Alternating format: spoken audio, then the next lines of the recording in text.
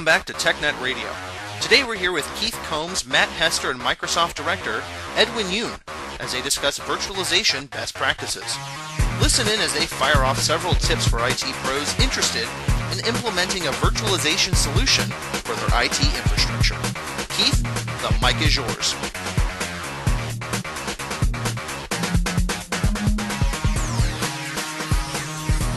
Good morning, good afternoon, or good evening, depending on where you may be. Welcome to another Microsoft podcast for TechNet On. Today, we're going to talk about virtualization best practices. And on the phone with me today, I have Matt Hester, who is an IT pro evangelist here in the U.S. And then I also have Edwin Yoon, who is a director in our virtualization group. Say hi to everybody, guys. Hi, everyone. Hi, everyone, guys. So fun, so fun.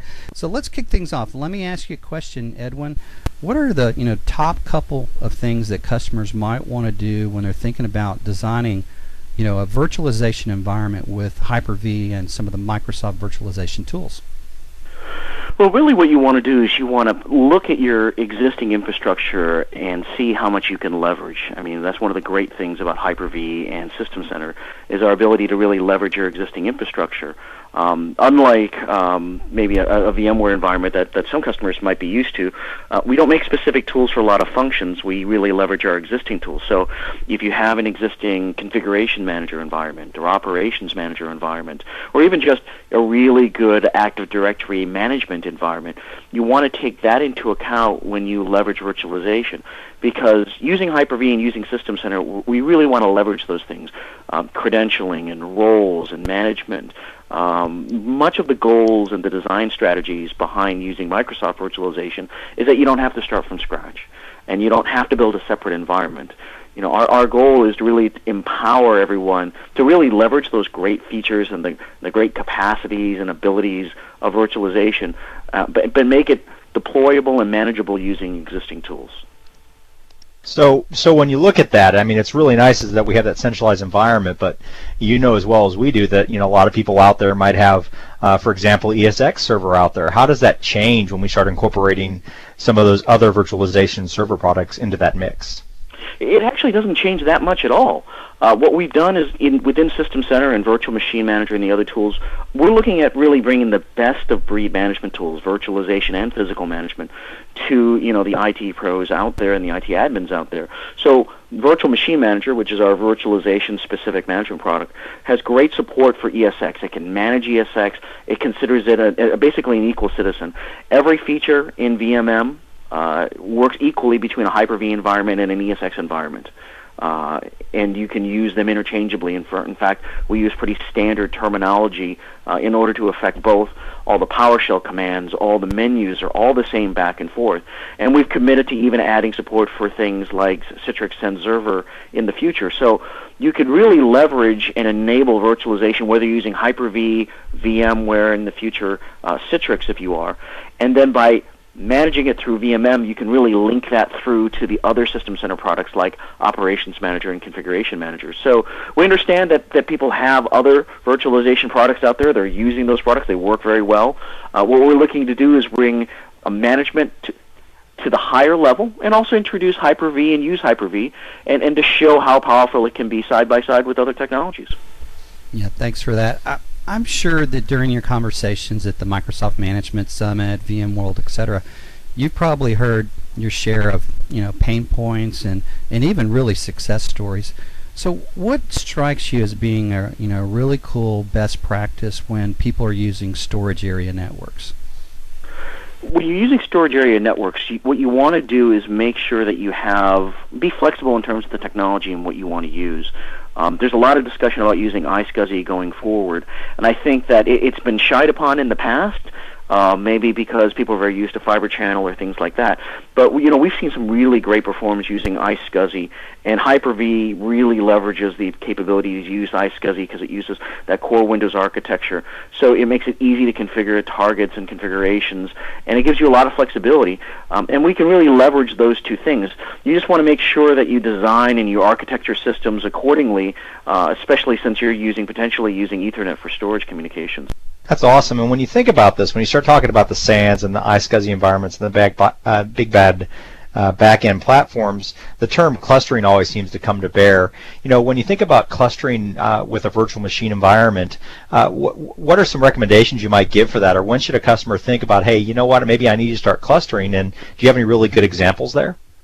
Well, I think clustering is really at the core of virtualization. I think people think of clustering in the past as really application-level clustering. In virtualization, the application is the virtual machine, and then what we normally consider applications run in those virtual machines.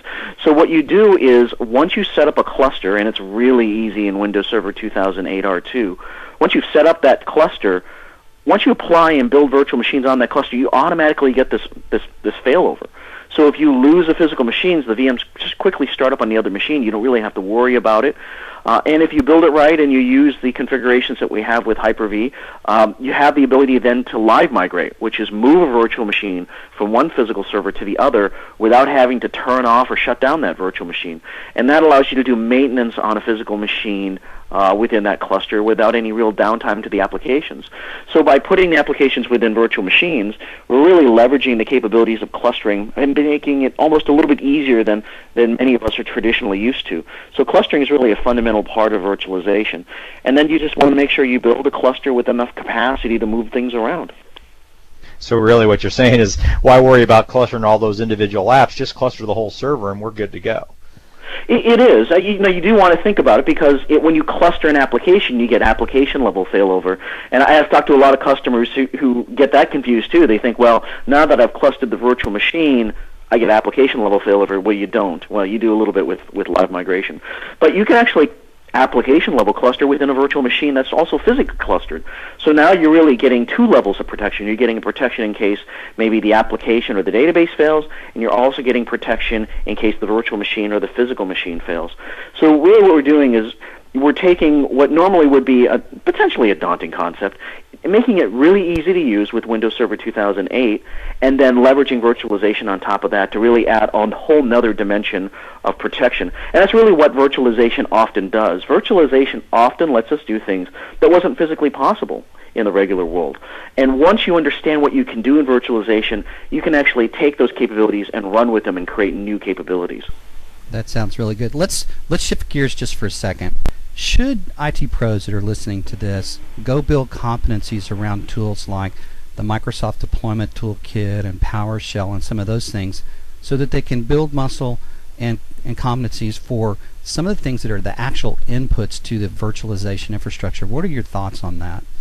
I think it's really important to build competencies both in non-virtualization and in regular virtualization capabilities. So building things like understanding layouts and security roles, the Microsoft Deployment Toolkit, really PowerShell becomes very important because it gives you a level of automation. Building those capabilities are really strong. And then what you'll see is that when you go ahead and jump into virtualization and start building virtualization, and it's really easy to get started, what you'll see is much of the skill sets that you take for advanced administration and capabilities fall right into virtualization when you use the Microsoft tools, and that's really one of those keys.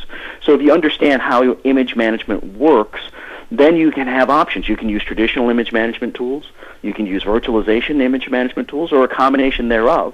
And then really what it becomes is just learning how capabilities work rather than learning terminology or really learning that many new skills. Well, and that's the great thing, is that we don't want to really make it hard for those IT pros to come into our environment. So when you think about, an IT pro that's hearing this podcast for the first time and they hear Virtual Machine Manager and they go, I want that right now, where do we point them to start? What kind of laptop? I mean, do they need to have this big old rack system set up to be able to play with all these tools to take advantage of them? What kind of recommendations would you make around a laptop? How much RAM would we need to have a good test environment, or do you have alternatives for that? Well, to have a really good test environment, it's actually fairly easy. Because we're leveraging Windows with Hyper-V and with System Center, almost every modern laptop out there, made in the last 2 or 3 years, can run Hyper-V. There used to be specific CPU requirements, but almost all CPUs, other than Atom CPUs, they can run it. So basically you could load Hyper-V on a box. All you have to do is install Windows, Windows Server 2008. You go into roles and you check Hyper-V. The system reboots 2 or 3 times, and then you got a fully functioning system. And then from there, you could go ahead and actually run things like Virtual Machine Manager, which we make available in a evaluation VHD, so you don't even have to install it. All you have to do is grab the virtual machine and run it on your new Hyper-V box. Yeah, thank you very much. Thanks, everybody, for listening to this Best Practices podcast today. This is part of the larger package that you'll see at technet.microsoft.com, and we'll have links to all the white papers, step-by-step guides, and other resources to help you learn about Windows Server, about Hyper-V, and the management tools that we have in the System Center family of tools to help manage the virtualization environment that's out there. So for everybody that's listening, thanks very much for joining us today. From Matt, Keith, and Edwin, we'll talk to you again very soon.